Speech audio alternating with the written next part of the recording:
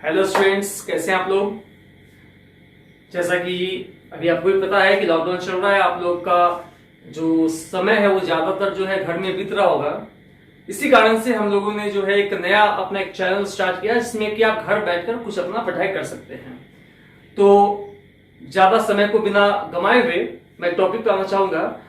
हम लोगों का स्टार्ट जो पहला चैप्टर हम जो किए थे वो था ह्यूमन फिजियोलॉजी, और इसमें हम लोग का जो मेन टॉपिक था वो हम लोग जो स्टार्टिंग किए थे वे है digestive system, means digestion and absorption. जैसा कि हमने आपसे पहले भी कहा था कि डाइजेस्टिव सिस्टम यानी कि डाइजेशन और एब्जॉर्प्शन जो है इसमें हम लोगों का 8 to 9 लेक्चर जाने वाला है, जिसमें कि पहला लेक्चर का जो वीडियो है वो आपके पास आ चुका था। हाँ, ये हमारी फॉल्ट है कि तुरंत नेक्स्ट डे ही जो है वो वीडियो हम अपलोड नहीं कर पाए, क्योंकि अभी भी यूट्यूब पे हमारा कुछ वो ज्यादा वो एक्सपीरियंस नहीं है, तो थोड़ा सा टाइम लग जाता है। हाँ, पहला यूट्यूब में जो वीडियो हम डाले थे आपको लेक्चर फर्स्ट में, वहां पे थोड़ा सा फॉल्ट आ गया था कि 20 मिनट टू 47 या समथिंग मिनट तक में वो वीडियो वापस से रिपीट हो गया था। तो आप समझ सकते हैं कि फर्स्ट टाइम में तो कहीं ना कहीं थोड़ा सा एडिट करने में प्रॉब्लम आ सकता है। ठीक है, तो होप कि आप लोग इसी को समझेंगे और बिना टाइम को हम लोग जो लैप्स किए हुए हम लोग पॉइंट पे आते हैं। जैसा कि हमने आपसे पहले वादा किया था कि हम लोग हर एक टॉपिक को एक बार जरूर रिपीट करेंगे ताकि आपको रिकॉल हो सके। हर एक वीडियो स्टार्ट करने से पहले प्रीवियस के जितने भी टॉपिक है, जितने भी इनिशियल से लेकर अभी तक का, तो वो सभी को हम लोग डिस्कस करेंगे। तो फर्स्ट लेक्चर में जो हम लोग डिस्कस किए थे वो ये था कि व्हाट इज डाइजेस्टिव सिस्टम। फिर डाइजेस्टिव सिस्टम का हम ऐसे भी बताते हैं कि व्हाट इज डाइजेस्टिव सिस्टम, तो ये ग्रुप्स ऑफ ऑर्गन है कि जो कि डाइजेशन में मदद करता है। फिर डाइजेशन की आवश्यकता पड़ती क्यों है, क्योंकि हम लोग जो भी खाना खाते हैं वो कॉम्प्लेक्स फॉर्म में होता है, फैट ट्राइग्लिसराइड्स के फॉर्म में होता है, प्रोटीन जो है वो लार्ज पॉलीपेप्टाइड्स के फॉर्म में होता है, और जो कार्बोहाइड्रेट है वो आपको स्टार्च के फॉर्म में होता है, और ये सभी को हमारा बॉडी एक्सेप्ट नहीं कर पाएगा। इसीलिए हम लोग को इसको छोटे छोटे रूप में तोड़ना होगा। तो डाइजेस्टिव सिस्टम का मेन काम होता है कि बड़े बड़े जो कॉम्प्लेक्स फॉर्म है इसको छोटे छोटे सिंपल फॉर्म में तोड़ दे और एब्जॉर्बल फॉर्म में तोड़ दे, ताकि हमारा बॉडी उसको एब्जॉर्ब कर सके यानी डिफ्यूज कर सके वो। फिर डाइजेस्टिव सिस्टम का दो भाग बांटे थे, एलिमेंट्री कैनाल हो गया, फिर एसोसिएटेड ग्लैंड्स हो गया। एलिमेंट्री कैनाल क्या होता है वो पढ़े, फिर हम लोग बक्कल कैविटी के बारे में पढ़े। बक्कल कैविटी में ये पढ़े कि इसका ऊपर जो है वो पैलेट से वो घिरा हुआ है, नीचे टंग है, चारों तरफ से वो क्या है, तीत से घिरा हुआ है। फिर हम लोग तुरंत में पैलेट भी पढ़ लिए थे, क्योंकि हम पहले बताए थे क्या कि जब हम जिस टॉपिक को डिस्कस करेंगे और जिस टॉपिक का जो वर्ड अगर आपके सामने आएगा तो उस वर्ड को हमको डिस्कस करना पड़ेगा। क्योंकि बहुत अच्छा एक अभी इंटरेस्टिंग बात है कि हमारा स्टूडेंट्स हमसे बताया कि सर आप जो बता रहे हैं वो एनसीईआरटी में नहीं है। कोई फर्क नहीं पड़ता, एनसीईआरटी में नहीं है तो नहीं है। आगे तो फिर आप जब मेडिकल कॉलेज में जब सेलेक्ट होकर आप जाओगे तो क्या वो चीज नहीं आएगा क्या? तो फिर उस समय भी तो आपको अपना टाइम को लैप्स करना पड़ेगा ना उस चीज को पढ़ने के लिए। तो अभी हम क्यों नहीं पढ़ ले? तो it doesn't matter whether it is mention in NCERT और नॉट। अगर आपको अभी मेंशन नहीं है तो फिर वो आगे तो मेंशन होगा, तो अभी हम लोग क्यों नहीं इसको पढ़ ले? क्लियर है ना? तो कुछ हम लोग ग्लैंड्स के बारे में भी पढ़े थे या पढ़ेंगे अभी आगे के टॉपिक्स में। तो पैलेट के बारे में पढ़ लिए कि पैलेट जो होता है वो एक बोनी हिस्सा है जो कि नेजल चैम्बर को और माउथ बकल के ये माउथ को सेपरेट करता है। इसके आगे की हिस्सा रफ होता है जिसमें वो ऊबर खाबर यानी कि रोगिस होता है जो कि ग्रिप करता है। पीछे में घंटी होता है, अलवा बोलते हैं जिसको कि वो बैक फ्लो ऑफ फूड को जाने से वो रोकता है, क्योंकि कुछ होगा तो तुरंत ऊपर चला जाएगा, है ना? तो ये सब कुछ टॉपिक्स हम लोग डिस्कस किए थे। फिर कुछ हम लोग नर्व्स के बारे में पढ़े थे। फेशियस नर्व था, ग्लोसोफ्रेंजियल नर्व था, ट्रांसजेमिनल नर्व था, वैगस नर्व था, हाइपोग्लोसस नर्व था। ये सभी कुछ नर्व्स थे जो कि हमारे टंग को कंट्रोल करते हैं। टेस्ट बड्स के बारे में पढ़ते हैं। इंपॉर्टेंट पॉइंट है कि टेस्ट टोटल जो है papilla is the hill like projection present on our tongues, जो कि टेस्ट को महसूस करता है, और हर एक पेपिला के अंदर टेस्ट बड मौजूद होते हैं। ठीक है, जनरली, क्योंकि फिलीफॉर्म में नहीं होता था, हम बताए थे आपको। तो इस टेस्ट बड में 3 तरह के सेल थे। सपोर्टिंग सेल थे, आपको फिर स्टेम सेल थे, फिर आपको गस्टेटरी वो रिसेप्टर सेल थे। ठीक है ना? तो ये सभी क्या करते हैं, उसको टेस्ट को रिसीव करते थे। तो ये सभी हम लोग पढ़ लिए थे। तो मेरा ये कहना था कि बक्कल कैविटी में हम लोग पहले टैंक पढ़ लिए, नीचे टंग पढ़ लिए थे। ठीक है, अब चारों तरफ का बच गया तीत। तो बेसिकली इस लेक्चर में हम लोग डिस्कस करेंगे किस चीज के बारे में, तो तिथ के बारे में एंड सिलेबरी। मीन्स हम लोगों का जो इस लेक्चर में उद्देश्य रहेगा वो ये रहेगा कि हम लोग इस पोर्शन को यानी कि बक्कल यानी कि इस मौत वाले से को कंप्लीट कर दें। ठीक है, तो अब हमारा स्टार्ट होता है तिथ। आखिर तिथ क्या है, ये जो दांत देखते हैं क्या, क्यों उसको दिया गया? तो कहेंगे तिथ को देने का जो मेन कारण था वह था चुई करना, किसी चीज को चबाना, काटना, है ना, ताकि हम किसी चीज को तोड़ सके। जो हम खाना खाते हैं उसको तोड़े काटे, है ना, ताकि वो छोटे छोटे रूप में आ जाए। क्लियर है जी? ठीक है। अब तिथ को हम लोग बांटते हैं। तिथ के टाइप्स होते हैं। हमेशा हम अपने स्टूडेंट्स को भी बताते आ रहे हैं कि जब कभी भी टाइप्स का डिस्कशन हो तो टाइप्स का एक आधार होता है, किस आधार पे आप किसी चीज को बांटते हो। तो तिथ को हम लोग पहली बात की 3 आधार पे बांटते हैं। वो कौन कौन सा आधार है आप देखेंगे। तिथ का जो बेसिस क्या क्या है, अपीयरेंस के आधार पे तिथ को बांटते हैं, अटैचमेंट के आधार पे तिथ को बांटते हैं, और शेप के भी बेसिस पे हम लोग तिथ को बांटते हैं। अपीयरेंस का मतलब होता है कि यह जो तिथ हमारे जीवन में कितने बार हमारे माउथ में आता है। तो ये 3 तरह का होता है। वो कौन कौन सा है जी? एक है मोनोफायोडोंट, एक है डाइफायोडोंट, एक है पॉलीफायोडोंट। इसको हम शॉर्ट में इसलिए लिख रहे हैं क्योंकि all things, all the material related to this topic will be mentioned in my description box, जहां से आप इस चीज को कर सकते हो। और फिर वीडियो में तो है ही ना, ठीक है ना। तो अपीयरेंस के बेसिस पे कहा गया मोनोफायोडोंट, डाइफायोडोंट और पॉलीफायोडोंट।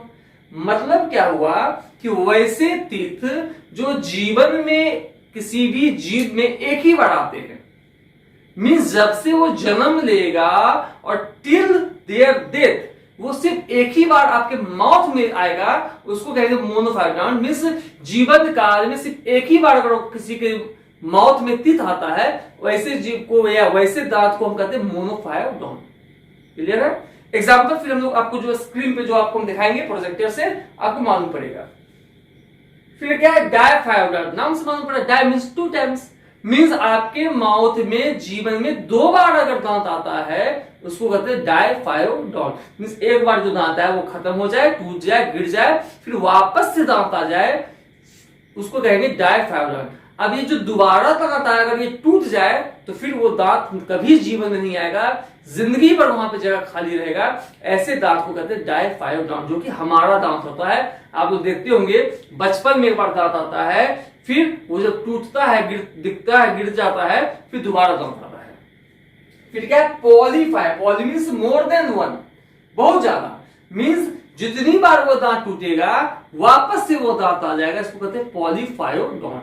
जो कि स्नेक का फैंग होता है, देखते हो जहर वाला दांत ऐसे आगे निकला रहता है 2 वाला, ये होता है पॉलीफायोडोंट। स्नेक का जहर वाला दांत आप जितनी बार तोड़ते हैं उतनी बार वो दांत वापस से आता है। It is called as polyphyodont. Clear है? एग्जाम्पल फिर हम लोग आपको यहां पे दिखाएंगे। अटैचमेंट, अब सभी को मालूम है दांत कहां होता है, दांत हमारे मसूड़ा के ऊपर होता है, गम के ऊपर होता है। सपोज करते हैं कि हम गम बना दें, ये गम है, मसूड़ा है, ठीक है। इसको भी हम 3 भाग में बांटते हैं। एक है एक्रोडोंट, एक है पिलियोरोडोंट और एक है थीकोडोंट। हर कुछ मेंशन है, आप परेशान मत होइए, सिर्फ इसको समझने का प्रयास कीजिए। एक्रोडोंट का मतलब क्या हुआ कि ये हमारा मसूड़ा, और मसूड़ा के जब देखिएगा महसूस कीजिएगा अपने फिंगर से, तो मसूड़ा के नीचे क्या आपका बोन है, हड्डी है ना। तो सपोज करते हैं ये हमारा हड्डी है। एक्रोडोंट के केस में बस इस हड्डी के ऊपर ये दांत रखा रहता है, ज्यादा अटैचमेंट नहीं, बस सिंपली ये अटैच हल्का ऊपर से रखा हुआ है। तो ये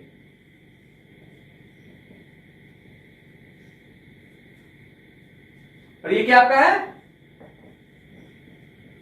ये आपका केस है एक्रोडोंट।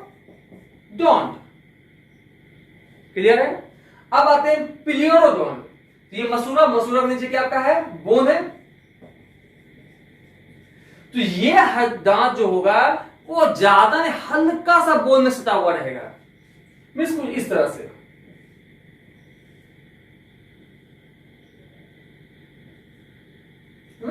देखिए ये थोड़ा सा क्या किया है, यह जो हड्डी है इसमें थोड़ा सा जो है ये बोन आके एडजस्ट किया है।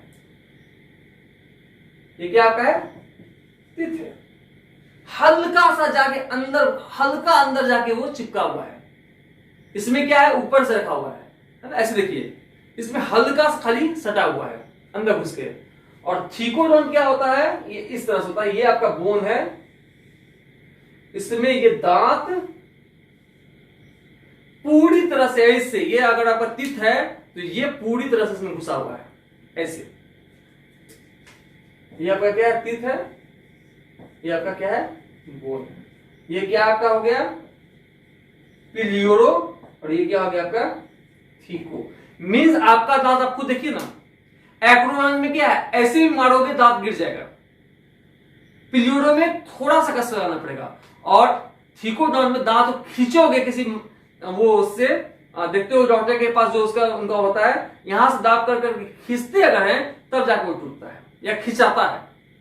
मींस क्या हुआ कि वो attachment on the basis atom, किस तरीका से आपका ये जो ये गम के नीचे जो बोन है वहां से कैसे आपका ये हड्डी सटा हुआ, दांत सटा हुआ है, इस आधार पर हम तीन भाग बांटते हैं, एक्रोडॉन, पिलियोरोडॉन एंड थीकोडॉन। क्लियर?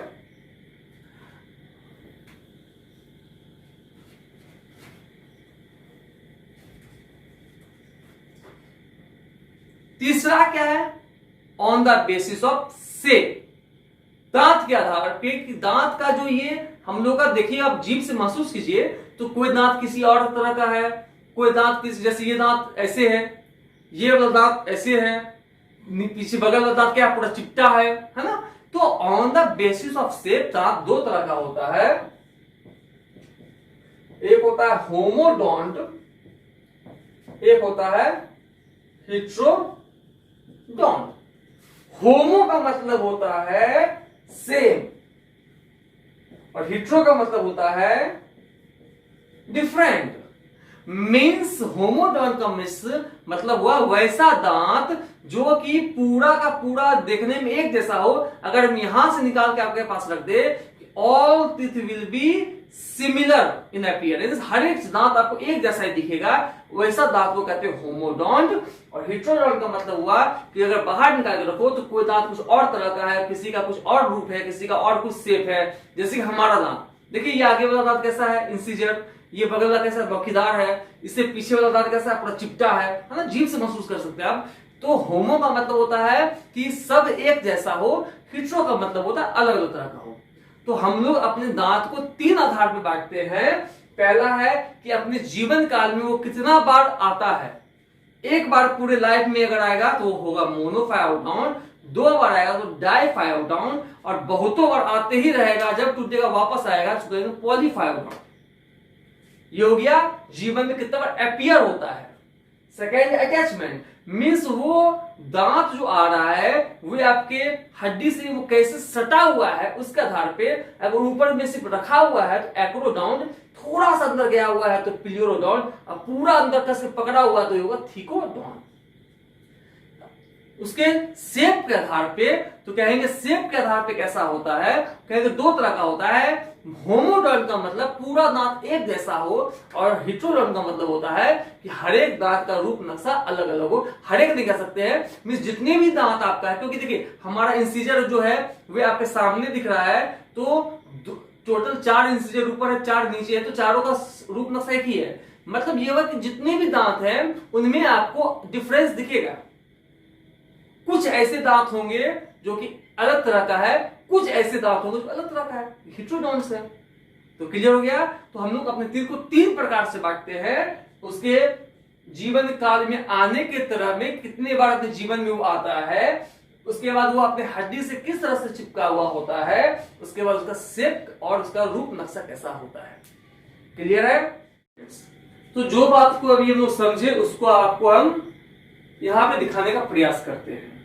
मेरा यह कोशिश रहेगा कि हम जब जो है कि प्रोजेक्टर के सामने नहीं आए, क्योंकि मेरा जो परछाई है वो आपके सामने आ जाएगा, या तो फिर यहाँ पे जो उसमें परछाई हमारा आएगा तो आप देख नहीं पाएंगे। ठीक है, तो ये हमारा नॉर्मल जो है वो टीथ है जो कि हमारे पूरे मुंह में लगा हुआ है। ठीक है ना, जिसमें आप देख सकते हैं बहुत सारे दांत दिखाया गया है। ठीक है, अब आपको आगे का देखेंगे, जो भी हम बताए आपको कौन सा स्लाइड में क्या लिखा हुआ है, ये देखिए लिखा हुआ टीथ। सबसे इंपॉर्टेंट है कि study about teeth called as odontology.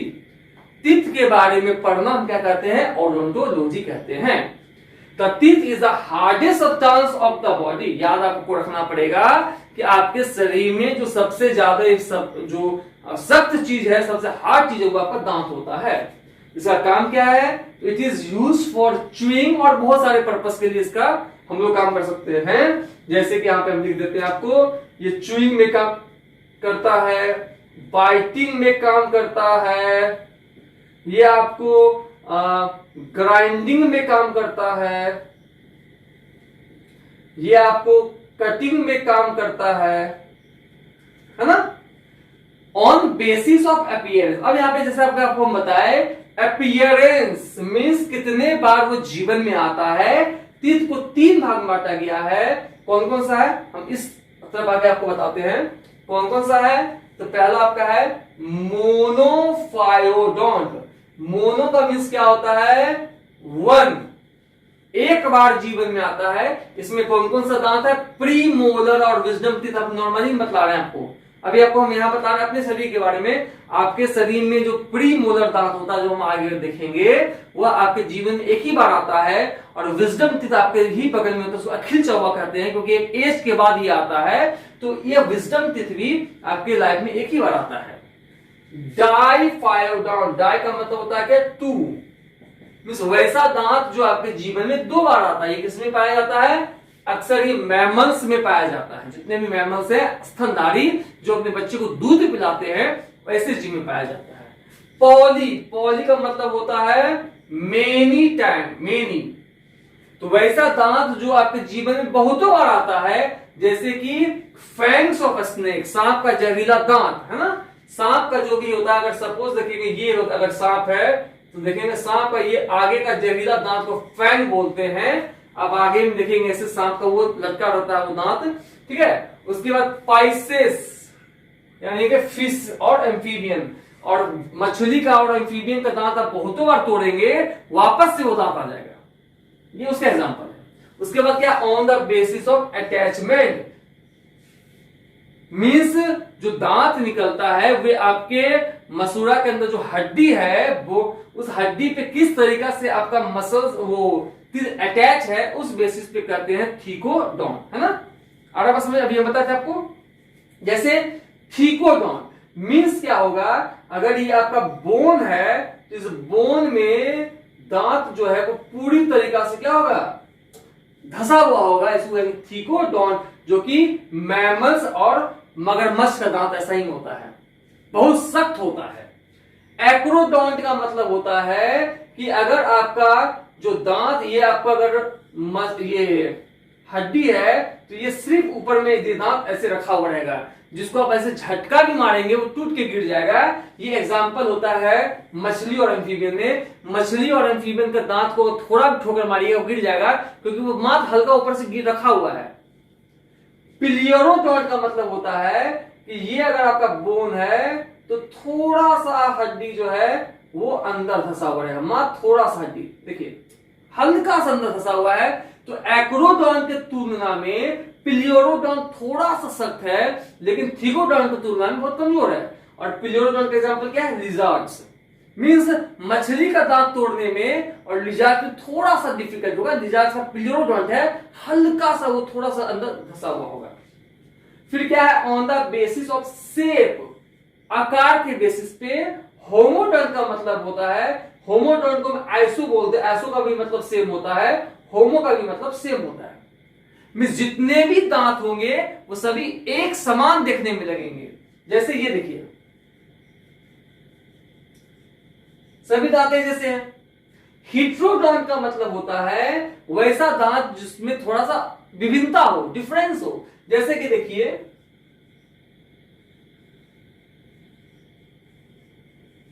है कि नहीं, ये कुछ और तरह का है, ये कुछ और तरह का, ये कुछ और तरह का है। ये कैसा पाया जाता है? किसमें? ये मैमल्स में, यानी कि हम लोगों में पाया जाता है। और होमोडॉन्ट किसमें पाया जाता है? मछली में। मछली का सारा दांत एक जैसा होता है। और हम लोगों में देखिए, आप जीभ से महसूस कीजिए, कोई दांत किसी और तरह का है, कोई दांत किसी और तरह का, कोई दांत किसी और तरह का है। क्लियर है? तो मेरा कहने का यह मतलब हुआ कि दांत के अपीयरेंस जीवन में कितने बार आएगा, उसके आधार पर 3 भाग बांटे हम लोग, मोनोफायरडॉन, डायफायरडॉन, पिलियोरोडॉन। उसके बाद वो अपने अटैच कैसे है वो दांत, तो कहेंगे वो भी हम लोग 3 तरह से पढ़े, एक्रोडॉन्ट, पिलियोरोडॉन्ट और थिकोडॉन्ट। उसके बाद हम पढ़े कि दांत का रूप नक्शा कैसे है, ये 2 तरह का, होमोडॉन्ट और हेटेरोडॉन्ट। क्लियर है? तो यह 2 जो है आपको स्लाइड यहां पे दिखाया गया, उम्मीद है आपको समझ में आएगा। आप स्लाइड से भी अपने नोट्स बना सकते हैं, वैसे डिस्क्रिप्शन बॉक्स में जल्दी जो है इस चीज का भी आपको डाल दिया जाएगा, पीडीएफ आप वहां पे देख सकते हैं। तो होप कि आपको यहाँ में कहीं कोई दिक्कत नहीं हुआ होगा। तो अगर आपका इजाजत हो तो क्या हम लोग आगे बढ़ सकते हैं? तो जल्दी से कमेंट सेक्शन में आप लोग बताएंगे कि कहाँ पे क्या दिक्कत हो रहा है, नहीं दिक्कत हो रहा है। ये हमेशा याद रखेंगे, जहां आप वीडियो देखें तुरंत उस चीज को, जहां पे आपको फॉल्ट लगे, जहां पे मिस्टेक लगे, जहां पे गलती लगे या जहां आपको समझ नहीं आए, आप तुरंत कमेंट सेक्शन में बताएं और मैं ज्यादा ज्यादा प्रयास करूंगा कि आपके पास जल्द से जल्द उस चीज का रिप्लाई कर सकूं और आपके डाउट्स को क्लियर कर सकूं। क्लियर है? तो चलिए, तो अब हम लोग पढ़ते हैं, क्योंकि अभी हमारा टॉपिक चल रहा है ह्यूमन फिजियोलॉजी, मींस हम लोग को ह्यूमन के बारे में पढ़ना है। तो इससे पहले हम क्या बताया कि तिप तो हमारा 3 तरह से हम लोग डिसाइड करते हैं कि वह जीवन में कितने बार आता है। तो आप बताएंगे कि आपके लाइफ में आपका दांत कितना बार आया है, तो आप देखेंगे 2 बार, है ना? क्योंकि हम लोग क्या है, डायफायरडॉन, हमारे लाइफ में दांत 2 बार आता है।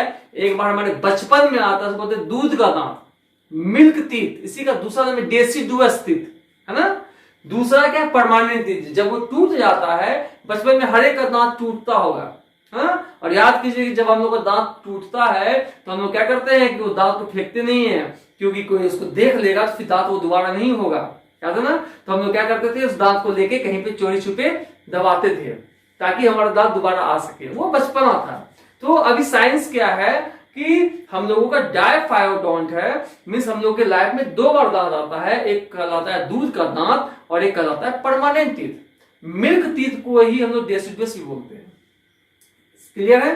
दूसरा कि हमारा दांत देखिए कि बहुत ज्यादा गिरने के बाद भी, ठोकर लगने के बाद भी नहीं टूटता है, क्योंकि हमारा जो ये बोन है इसमें ये दांत घुसा हुआ है कस के, इसको बोलते हैं थिकोडॉन्ट, है ना? ये हो गया किस आधार पे, अटैचमेंट के बेसिस पे।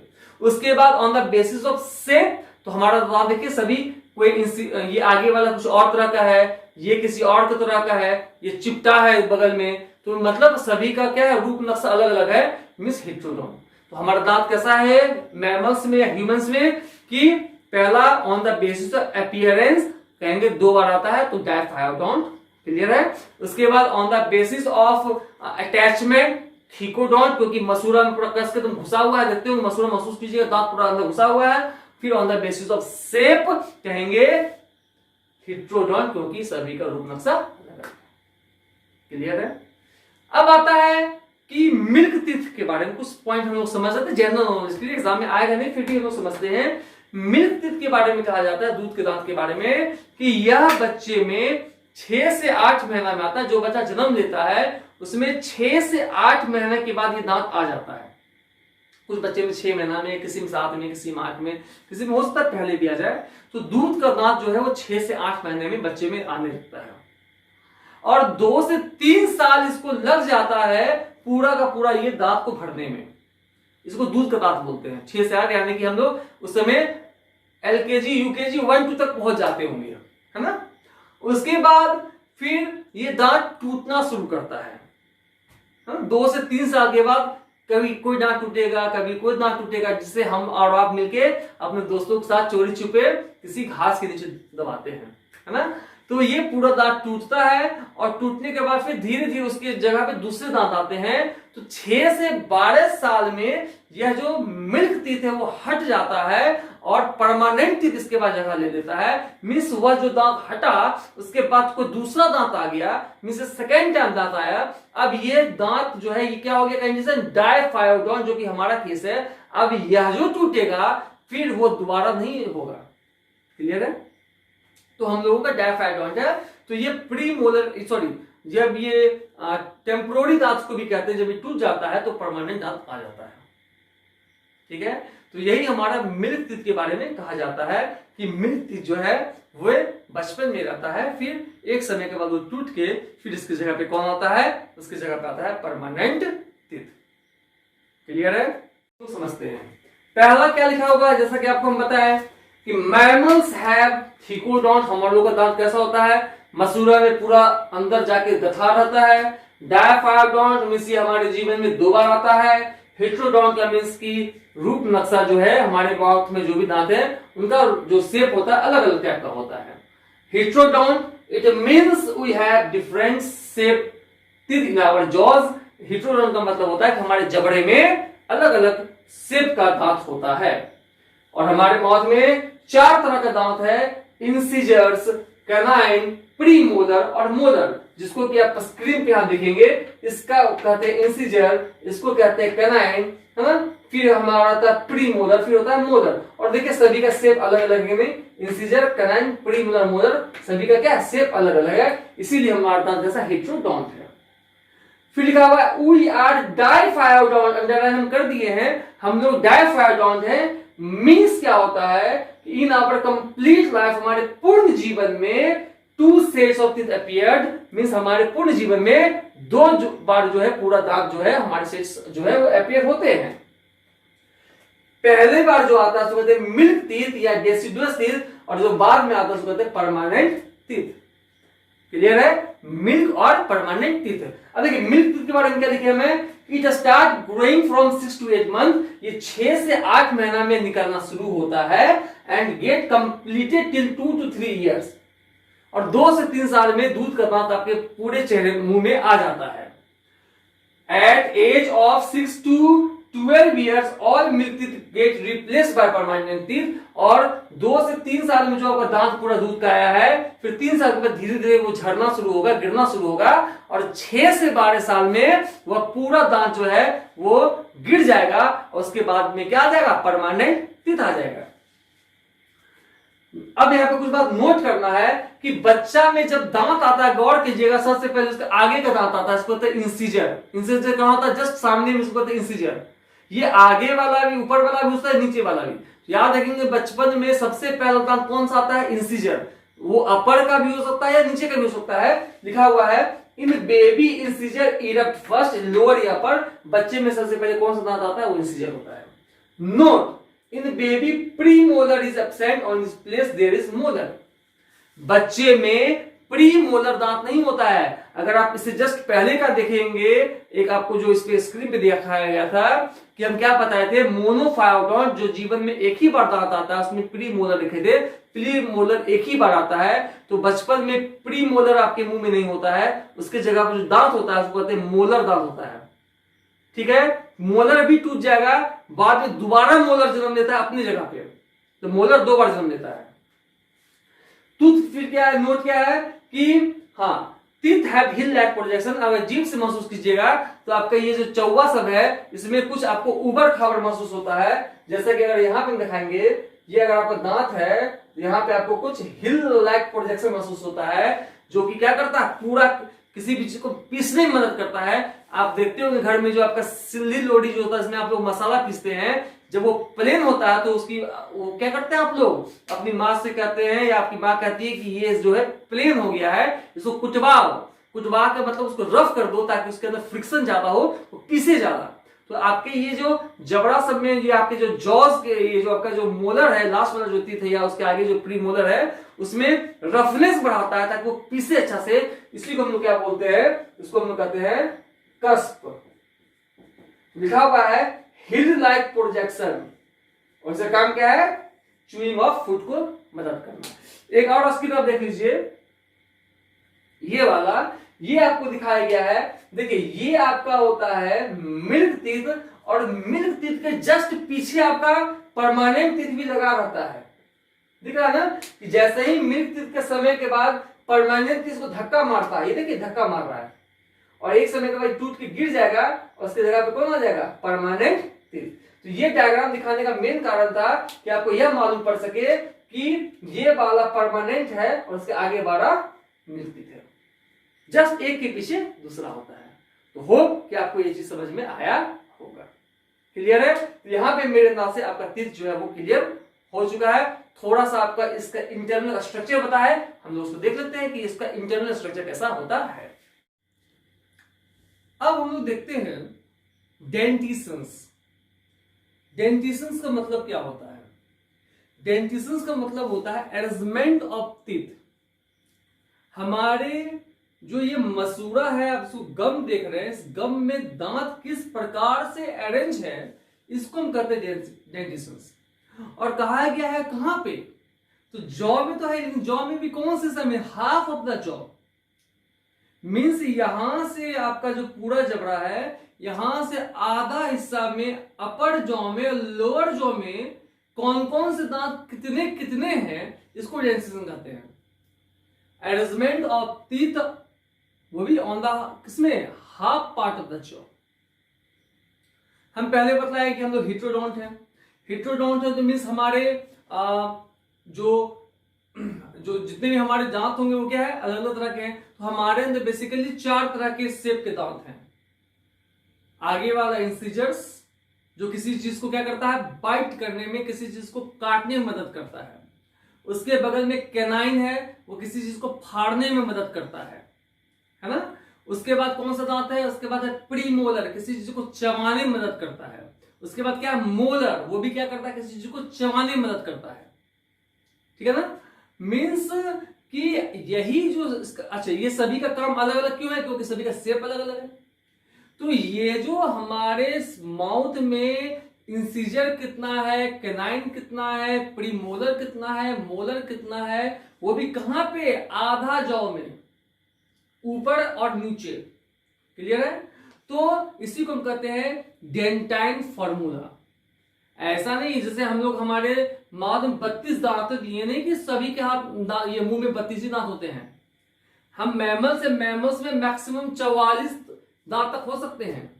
हॉर्स आपका है, पिग है ना, मोल है, ये सभी में 44 दांत होते हैं। तो डेंटाइन का मीन्स होता है कि नंबर्स ऑफ टीथ या अरेंजमेंट ऑफ टीथ, क्या? हाफ जॉ, आप ऊपर और नीचे में। जैसे कि हम लोग अपने में देखते हैं, तो हम लोगों का डेंटाइन फॉर्मूला जो है वो कैसे तय करते हैं? तो हम लोग कैसे लिखते हैं? इंसीजर, यहां से देखेंगे टोटल हमारे पास 4 इंसीजर हैं। आधा कर दोगे तो इधर कितना है? तो 2 इंसीजर ऊपर और 2 इंसीजर नीचे है। कैनाइन, ये दांत जिसमें नौखीला दांत है, जीभ से महसूस कीजिए, एक यहां है। आधा कर देंगे तो आधा कितना है? 1। तो ऊपर में 1 है और नीचे भी कितना है? नीचे भी 1 है। ठीक है। प्रीमोलर, प्रीमोलर कितना अपने पास है? तो यहां पे 2, यहां पे 2। तो हमको क्या करना? आधा का देखना है। तो ऊपर 2 और नीचे 2। इसके बाद क्या है? मोलर है, सबसे बगल में क्या है? मोलर है। तो मोलर कितना अपने पास है जी? 3 और 3। कुल मिलाकर में जोड़िएगा तो 3, 4, 5, 6, 7, 8, मीन्स यहां तक में 8 है। और यहां तक में कितना? 8 है। मीन्स ऊपर 8 नीचे, यानी कितना हो गया? 16। यहां कितना तब होगा? जब यहां 8 है तो यहां भी 8, क्योंकि हम लोग आधा किए हैं। तो ये 8 और ये 8 और ये 8 और ये 8, 8, 8, 8, 8 इज इक्वल टू 32। आया बात समझ में? तो इसी तरीका से हम लोगों का डेंटाइन फॉर्मूला निकलता है। ये डेंटाइन फॉर्मूला किसका है? ह्यूमन का है। आया बात समझ में? तो इसी तरीका से हम लोग इसी को हम कहते हैं डेंटिनेशंस। डेंटिनेशंस का मतलब होता है कि अरेंजमेंट ऑफ किस चीज का? टीथ का। कहां पे? तो हमारे अपर और लोअर जॉ में। वो भी कहां पे है? तो half upper and half lower jaw में। आ रहा बात समझ में? उसी तरीका से भी हम बताया कि मैमल्स मैक्सिमम दांत 44 होता है। 44 दांत ज्यादा मैक्सिमम नहीं हो सकता है। उसमें से अगर हम देखें किसमें बताया 44 दांत होता है, तो 44 दांत होता है घोड़ा में, सुगर में या मोल में। हॉर्स का अगर डेंटाइल फॉर्मूला देखेंगे, ये किसका है? ये ह्यूमन का है। हॉर्स का अगर आप देखेंगे तो हॉर्स में इंसीजर, कैनाइन, प्री मोलर और मोलर, ये भी तो उसमें होगा। अब कौन कितने संख्या में है वो कैसे मालूम पड़ेगा? तो कहेंगे 3, 1, 4 और 3। घोड़ा का अगर ऐसे आप देखेंगे तो इसके इंसीजर कितने होते हैं? 3 इधर 3 6, तो हमको आधा लिखना है तो इंसीजर 3 ऊपर 3 नीचे, कैनाइन 1 ऊपर 1 नीचे, हम आधा हिस्सा का बात कर रहे हैं। प्री मोलर 4 ऊपर 4 नीचे, मोलर 3 ऊपर 3 नीचे, यानी कि 3 1 4, 4 4 8 और 3 11, मीन्स 11 ऊपर 11 नीचे, 22 इधर हुआ तो 22 इधर हुआ, यानी कि 44। ये मैक्सिमम नंबर ऑफ टीथ होता है किसी भी मैमल्स के अंदर। तो इसका ज्यादा याद करने का आवश्यकता नहीं है, लेकिन आपको हम लोगों का तो याद होना चाहिए, है ना। एक बात और बताना चाहेंगे, जो खरगोश होता है, खरगोश में कैनाइन एब्सेंट होता है।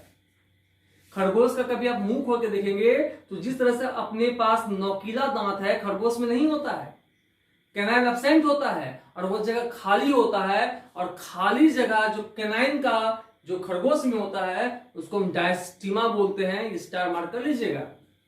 खरगोश में कैनाइन नहीं होता है। उसी तरह भी हम क्या बताते, बच्चे में प्री मोलर नहीं होता है, लेकिन वो जगह खाली नहीं होता। प्री मोलर की जगह पे कौन रहता है? मोलर। लेकिन खरगोश में कैनाइन नहीं होता है तो उस जगह खाली होता है और उस जगह को हम कहते हैं डायस्टीमा। क्लियर है? जो बात आपको हम बताए उस चीज को यहां पे हम दिखाने का प्रयास किए हैं। डेंटिशन का मतलब क्या लिखा हुआ है? Arrangement of teeth in each half of upper and lower jaw. मतलब दांत का जो व्यवस्थीकरण है वे आधा हिस्सा में जो ऊपर और नीचे जॉ में है उसको हम कहते हैं डेंटिशन। ह्यूमन में इंसीजर कितना है? 2/2, मीन्स आधा हिस्सा में 2 ऊपर है और 2 नीचे है। कैनाइन कितना है?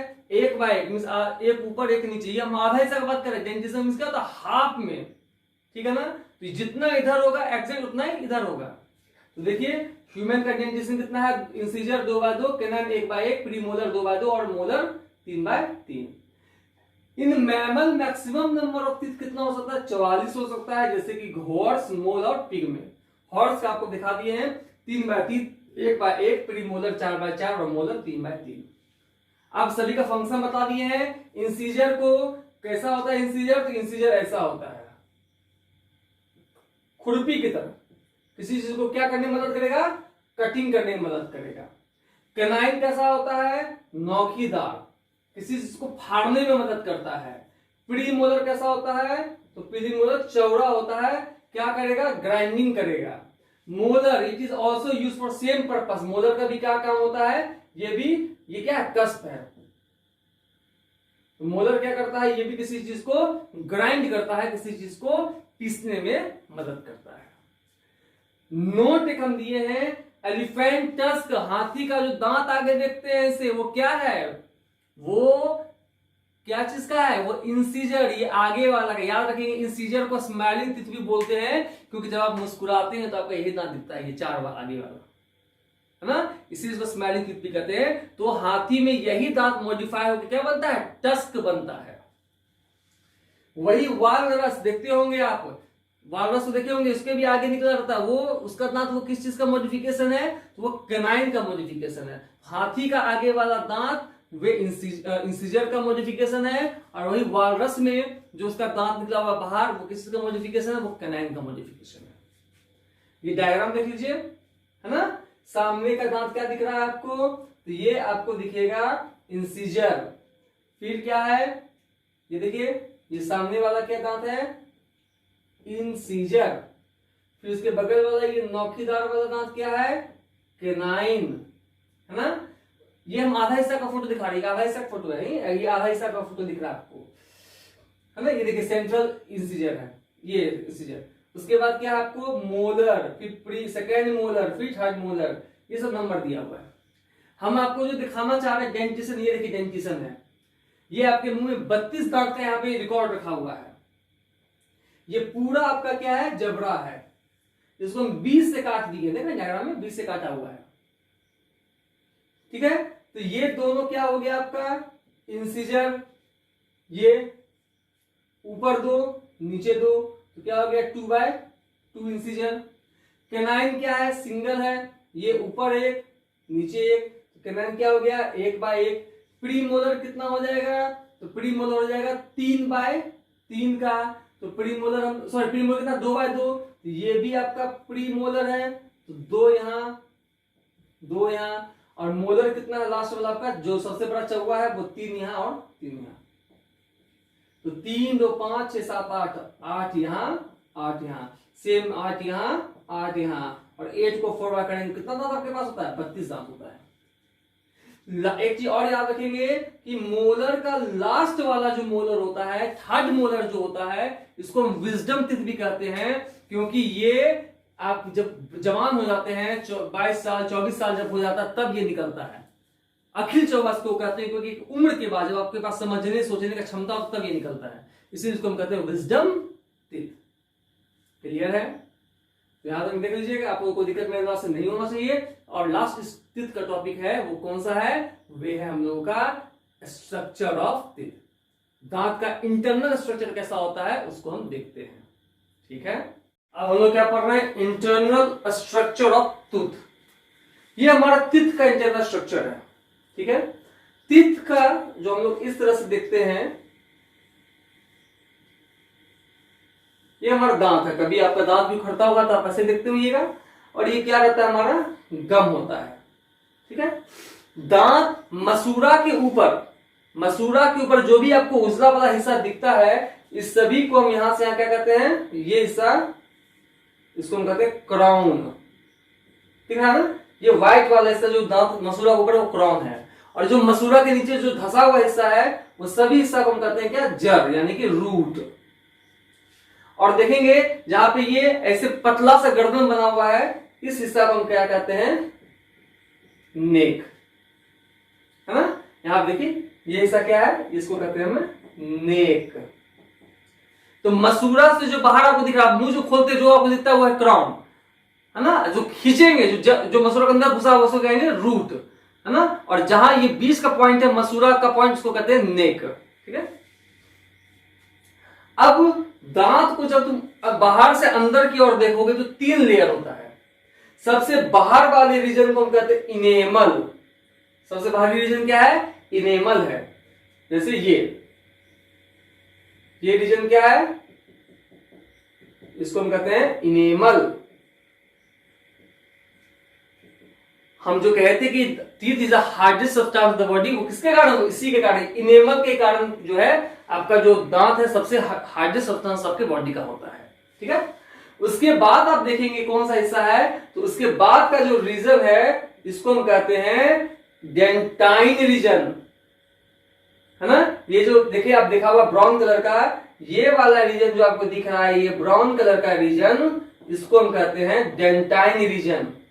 और इसी डेंटाइन रीजन में एक स्पेशल टाइप ऑफ सेल पाया जाता है, इसको हम कहते हैं ओडोंटोब्लास्ट सेल। और ओडोंटोब्लास्ट सेल ही, जब आप सोचिए कि 6 से 12 साल में जो आपका दांत का साइज होगा, हम बताते हैं 6 से 12 साल में दांत आपका जो आता है परमानेंट, या बचपन में ही जो दांत आता है छोटा, फिर धीरे धीरे बढ़ता है कि नहीं बढ़ता, फिर दांत बढ़ा कैसे, कहेंगे ओडोंटोब्लास्ट सेल जो होता है यही डिवाइड करके ज्यादा से ज्यादा नंबर ऑफ सेल बनाता है, और इसका आपको दांत का साइज बढ़ता है। याद रखेंगे कि डेंटाइन रीजन में ही एक स्पेशल टाइप ऑफ सेल होता है जो कहते हैं ओडोंटोब्लास्ट सेल, और यही सेल डिवीजन कर करके दांत का साइज को बढ़ाता है। क्लियर है, तो बाहर सबसे बाहर क्या दिखा, डेंटाइन, इसको हटाया क्या दिखा, सॉरी सबसे बाहर क्या इनेमल, इसको हटाया क्या दिखा आपको, डेंटाइन। अब इसको हटाएंगे तो आपको देखिएगा दांत अंदर से खोखला है, इसी खोखला वाले रीजन को क्या बोलते हैं, पल्प रीजन, या इसको हम पल्प कैविटी भी बोलते हैं क्योंकि खोखला हिस्सा है। और ये आपका क्या यहाँ पे है, मसूरा है, और मसूरा से ही देखिएगा इसी पल्प कैविटी में, क्योंकि दांत भी तो लिविंग चीज है, उसको भी तो खाना है, उसको भी तो खून चाहिए, तो यही जो पल्प कैविटी है इसी के अंदर देखिए ये क्या है, ब्लड वेसल्स है। क्या है, nerves and blood vessels. Blood vessels को क्या पहुंचाता है, खून, और नर्व्स इसको क्या पहुंचाता है, जिंदा रहने के लिए जो भी संदेश है जो ब्रेन से या बॉडी से जो नर्व मिलता है, जो खबर को लेके जाता है, वो इसी के द्वारा अंदर जाता है। क्लियर है, तो याद रखेंगे 3 रीजन है, इनेमल, डेंटाइन और पल्प। अब कहीं ना कहीं जब नर्व या ब्लड वेसल्स के अंदर घुस रहा है, पल्प के अंदर कहीं ना कहीं छेद होगा, तो यहां पे ऐसा जगह खाली रहता है और इसी को हम कहते हैं एपिकल फोरामेन। और इसी एपिकल फोरामेन की मदद से छेद, कभी दांत जब उखड़ेगा देखना अंदर से खोखला होगा, उसी से ना ब्लड वेसल्स घुसेगा पल्प के अंदर, यही एपिकल फोरामेन। जब आपके दांत में छेद होता है, घाव होता है, तो आपको दर्द शुरू नहीं होता है, क्योंकि दर्द महसूस होने के लिए नर्व चाहिए जो ब्रेन तक खबर लेके जाए। आपका इनेमल में छेद हो जाएगा सबसे पहले, आपको पता नहीं चलेगा, फिर डेंटाइन में छेद हो जाएगा, आपको पता नहीं चलेगा, लेकिन जब छेद आपका धीरे धीरे पल्प में पहुंचता है तो आपको दर्द होता है, क्योंकि पल्प के अंदर क्या मौजूद है, नर्व। इसलिए शुरुआती दौर में हमको दर्द महसूस नहीं होता है। क्लियर है? चलिए अब क्या लिखा हुआ है नीचे, enamel is the hardest part of the body, dentine region contain odontoblast cell, अभी हम बताए, जो कि क्या करता है, which form cells of the teeth. Pulp region contain cavity, pulp region में कैविटी है, इसको कहते हैं पल्प कैविटी।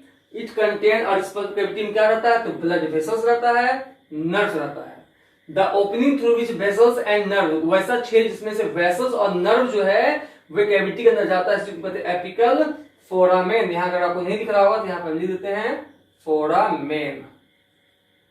तो याद रखेंगे कि जब आपके दांत में छेद होता है तो सबसे पहले कौन सा रीजन छेद में होता है, तो डेंटाइन, सॉरी सबसे पहले इनेमल, फिर डेंटाइन, फिर पल्प, और आपको दर्द कब महसूस होगा, पल्प में। ठीक है, एक चीज आपको और हम बताना चाहेंगे, आपके बुक में नहीं दिया हुआ है, एक टर्म आता है प्लेक्यू। जब आप लोग कोई सुगरी सब्सटेंस खाते हैं, कोई मीठा चीज खाते हैं, तो वह आपके दांत में चिपक जाता है, और अगर आप दांत को सही से साफ नहीं करते हैं तो क्या होता है, तो वह जो सुगरी सब्सटेंस है उस पर बैक्टीरिया काम करना शुरू करता है, और बैक्टीरिया उसको खराब करना शुरू करता है। और जैसे ही बैक्टीरिया उसको जब सड़ाना शुरू करता है तो बैक्टीरिया उसको किसमें चेंज करता है, एसिड में, वो भी कैसा, येलो और चिपचिपा स्टिकी, और वही आपके दांत के ऊपर येलो स्टिकी चीज चिपक जाता है। और फिर भी अगर आप ध्यान नहीं देते हैं तो वह जो छेद, वो जो स्टिकी चीज है वो आपके दांत में छेद करने लगता है। कभी कभी सुनते होंगे ज्यादा मीठा नहीं खाना चाहिए, चॉकलेट, वो क्या करता है, आपके दांत में छेद कर देता है, इसी को हम प्लेक्यू कहते हैं। ठीक है ना, इसीलिए हम लोगों को 2 टाइम सुबह और शाम में दांत को साफ करना चाहिए। तो ये हमारा बक्कल कैविटी जो हम पढ़े थे, कि पहले तो पढ़ ही लिए, फिर हम टंग पढ़ ही लिए, फिर आज के 4 टीथ भी पढ़ लिए। अब हमारा बक्कल कैविटी में एक टॉपिक बच गया, सैलिवरी ग्लैंड, क्योंकि इसको हम अगले लेक्चर में करते हैं, क्योंकि हम पिछले बार देखिए लेक्चर हम लोगों का 1 घंटा प्लस हो गया, तो अब हम सोच रहे हैं कि थोड़ा सा इसको 40 से 45 मिनट करें, कि आपके ऊपर भी ज्यादा बर्डन ना बढ़े, आप लोग को छोटा छोटा वीडियो मिले ताकि आप उसको आसानी से देख सके। तो फिर से मेरे वादे अनुसार आज का पढ़ाई को रिकैप करेंगे, फिर अगले लेक्चर में फिर इसको रिकैप करेंगे। आज का हम लोग पढ़ाई क्या किए हैं, तो हम लोग का आज का पढ़ाई स्टार्टिंग कहां से हुआ है, किससे हुआ है, टाइप्स ऑफ टीथ। तो टीथ हमारे जीवन में कितने बार आता है, तो अपीयर की बेसिस पे 3 बार में, 1 बार में मोनोफायर जॉइंट, अगर 2 बार आता है डायफायर जॉइंट, और 3 बार आता है तो पॉलीफायर जॉइंट।